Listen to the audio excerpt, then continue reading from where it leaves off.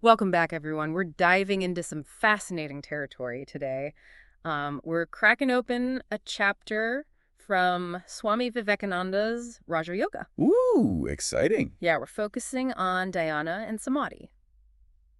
Oh, And I know those are some big concepts, but yeah. they're all about meditation and higher states of consciousness. Okay. And I think of this as like unlocking this whole new mental operating system, this path to wisdom that's been talked about for centuries.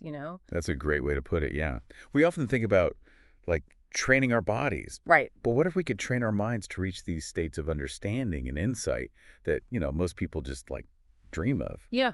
That's kind of what we're exploring today. Yeah, that's a really good point. So our mission today, if we Yeah. choose to accept it, is to understand what dhyana and samadhi actually are, Yeah. how they relate to our daily lives. Because I have to admit, the stuff sounds pretty far out there sometimes, Right? and how they can potentially lead to a deeper understanding of ourselves and the universe. Would you say that's a fair summary? Absolutely, yeah. It's kind of like bridging the gap between um, ancient wisdom and modern understanding. Okay, I'm ready to dive in. Where do we even begin? I mean, meditation and higher consciousness, this isn't exactly like something we cover in our daily news feeds. Well, let's start with something familiar, right? Okay. Think about the last time you ate a meal. Okay.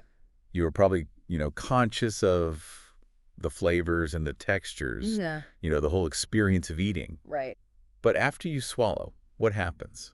Well, digestion takes over. Digestion takes over. Yeah. You don't have to consciously tell your body how to break down the food and absorb all the nutrients. Right. It just does it. Yeah, that's true. I never really thought about it like that. It's like my body's on autopilot. Exactly. Yeah. And that's how much of our mind operates, too. There's the conscious level where we're making decisions and thinking things through and all that jazz.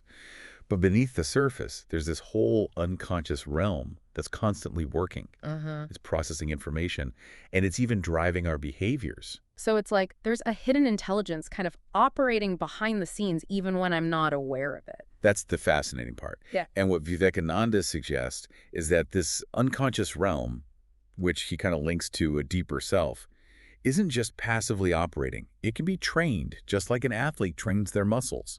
Think about, like, athletes who can control their heart rate during competition, or, yogis who can regulate their body temperature in, like, extreme conditions. Wait, are you saying I can train my unconscious mind? How is that even possible? That's where Raja Yoga comes in. Yeah. It's like this systematic approach to understanding and mastering the mind.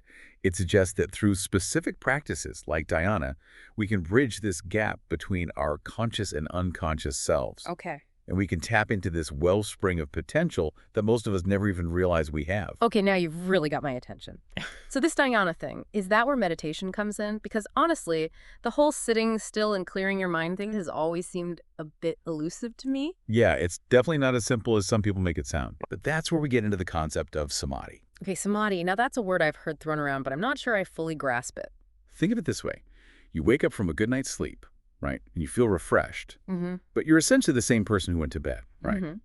Now, imagine someone entering a state of samadhi and emerging with profound wisdom and insights, almost like a completely different person.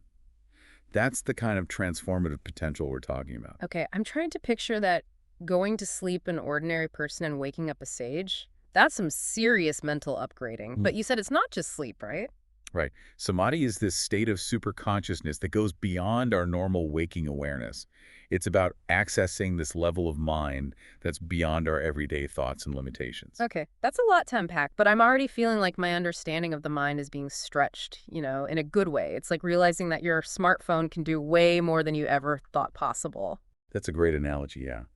And just like you need the right apps and operating system to access your phone's full potential, we need the right techniques and practices to access the full potential of our minds. So how do we actually do that? Where do we even begin to explore these higher states of consciousness? Well, that's where dhyana, the practice of meditation, comes into play. Okay. It's about systematically training the mind to move beyond the constant chatter of thoughts and distractions, to reach this state of deep concentration and inner stillness. Okay, but how do you go from like focusing on your breath to having these life-altering insights and experiences? What's the connection there?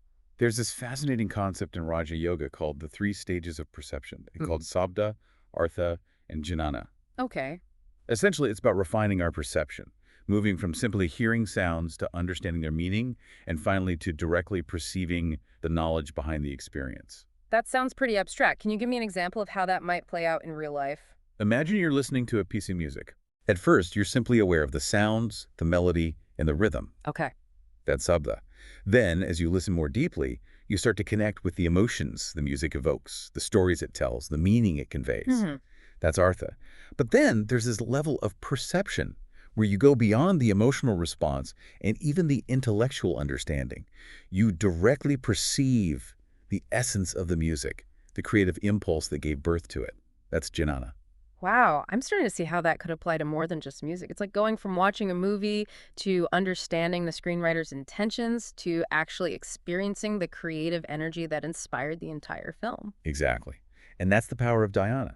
It helps us refine our perception and access deeper levels of understanding, not just about art or music, Yeah. but about ourselves and the world around us. This is definitely challenging my assumptions about what meditation can be. It's not just about, relaxation or stress reduction. It's about unlocking this whole new level of perception and understanding. Exactly.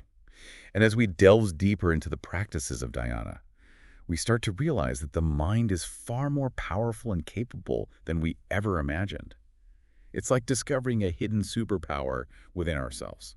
Okay, this is all starting to click, but I have to be honest. The idea of reaching samadhi still sounds a little, I don't know, mystical, even magical a little bit. Right. Is this something that, everyone can achieve? Or is it reserved for, like, monks living in caves and meditating for hours on end? That's a common misconception. Yeah. Samadhi is not about, like, escaping reality or becoming some sort of superhuman. Okay. It's about realizing a potential that exists within every human being. So it's not about becoming someone else entirely. It's more about becoming more yourself, Okay. about shedding the limitations and conditioning that prevent you from experiencing your true nature. That's a really intriguing way to think about it. But practically speaking, how do we actually get there? You mentioned that Raja Yoga is like a system. What does that actually look like? It's a holistic approach, right, that addresses different aspects of our being. Okay. It starts with ethical discipline, like cultivating qualities like nonviolence, truthfulness, and contentment. Wait, so ethics are a part of this too. It's not just about sitting on a cushion and meditating. Absolutely. These ethical practices aren't just moral guidelines. They're like mental tools that help purify the mind, Okay. creating a more stable and harmonious inner environment. Think of it as like decluttering your mental space Right. to make room for higher awareness. That makes sense. Yeah, you can't build a strong house on shaky ground. Exactly. Yeah.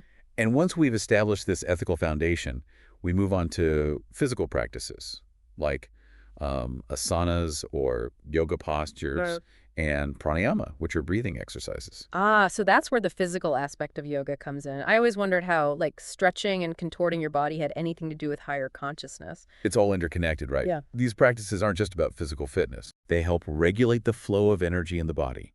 They calm the nervous system, and they prepare the mind for deeper meditation. Okay, so it's like tuning the instrument before you start playing a symphony. Precisely. Then, building upon this foundation, we come to the more subtle practices pratyahara, Okay. which is withdrawing the senses from external distractions, dharana, which is focused concentration, Right. dhyana, which is meditation, and ultimately samadhi.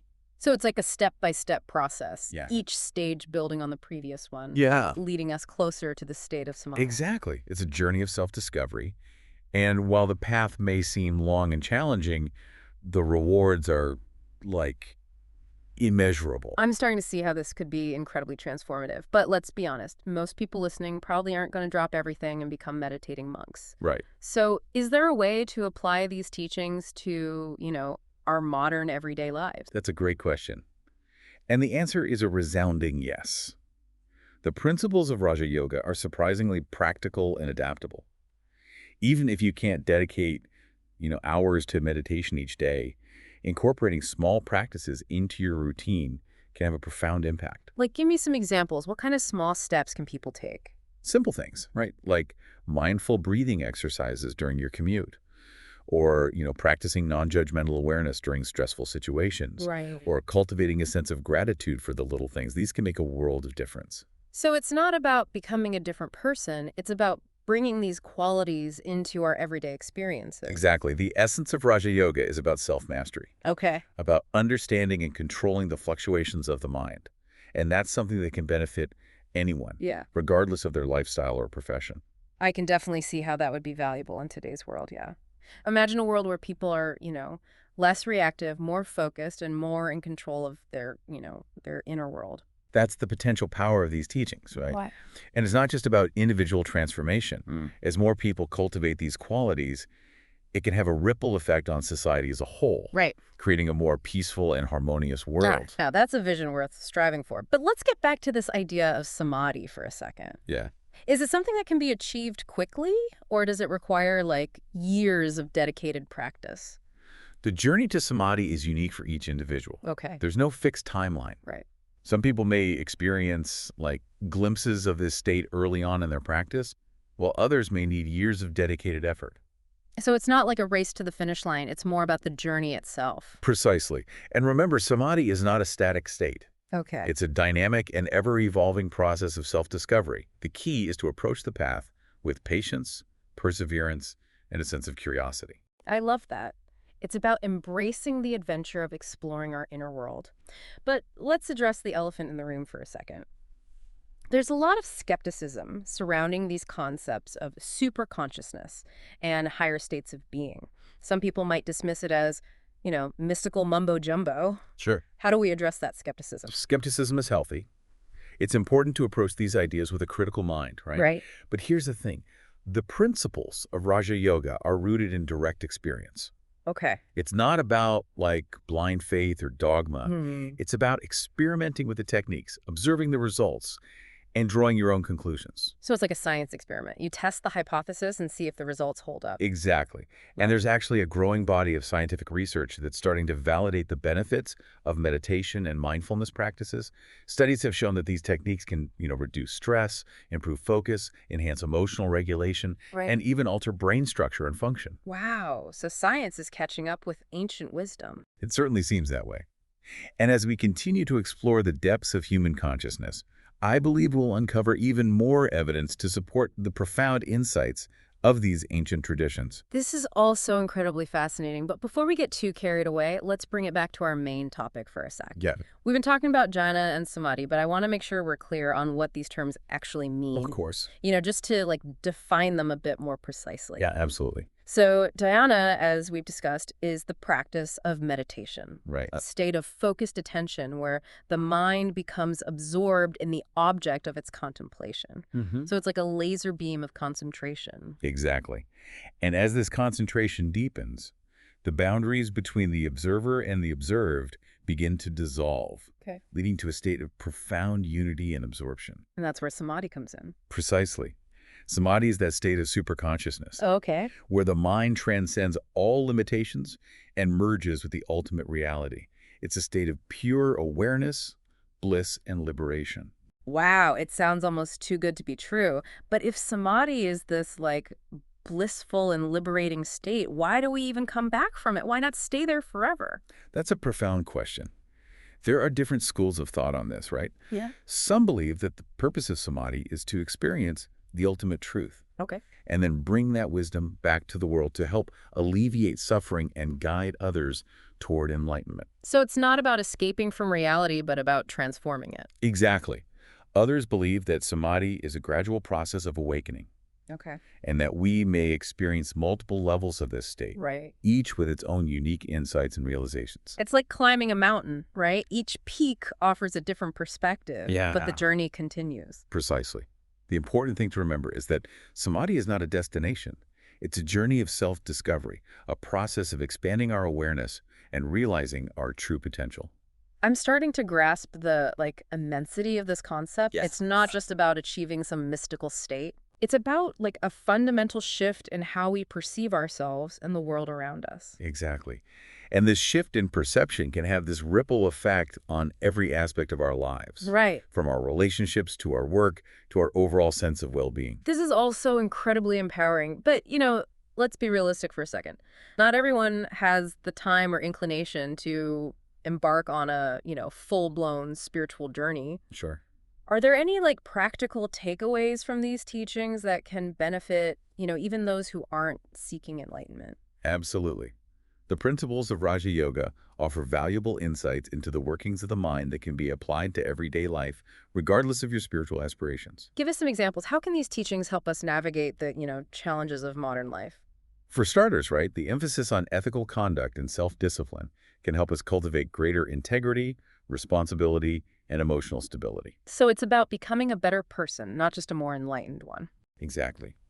And the practices of concentration and meditation can help us improve our focus, reduce stress, and enhance our overall well-being. So even if we're not seeking samadhi, these practices can still have a positive impact on our lives. Absolutely. In a world that's, increasingly fast-paced and demanding, these techniques offer a powerful antidote to stress, distraction, and overwhelm. Hmm.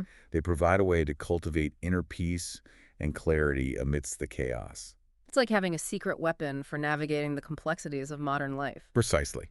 And as we continue to explore these teachings, I believe we'll discover even more ways to integrate their wisdom into our daily lives, Yeah. creating a more balanced, fulfilling, and meaningful existence. This has been an incredible journey so far. We've covered so much ground, from the basics of Raja Yoga to the profound implications of samadhi. Yeah.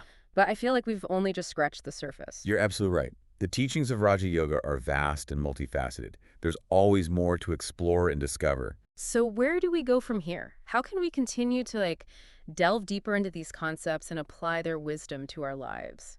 The best way to truly understand Raja Yoga is to experience it firsthand. Okay. I encourage you to explore the practices, find a qualified teacher, and embark on your own journey of self-discovery. That's a great advice. But for those of us who are still dipping our toes into these waters, Yeah. are there any resources you recommend? Of course. Swami Vivekananda's book on Raja Yoga is an excellent starting point.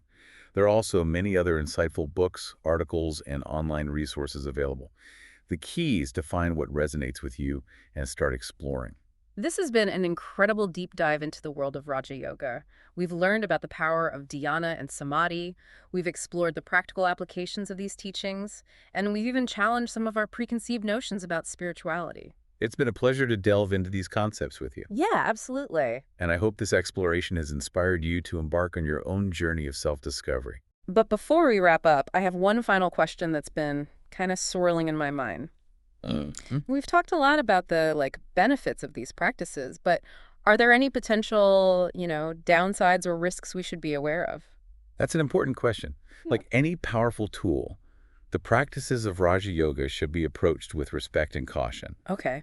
It's essential to find a qualified teacher Right. who can guide you safely and address any challenges that may arise along the way. So it's not about jumping into the deep end without knowing how to swim. Exactly. It's about gradually and systematically exploring these practices with the right support and guidance. That's sound advice.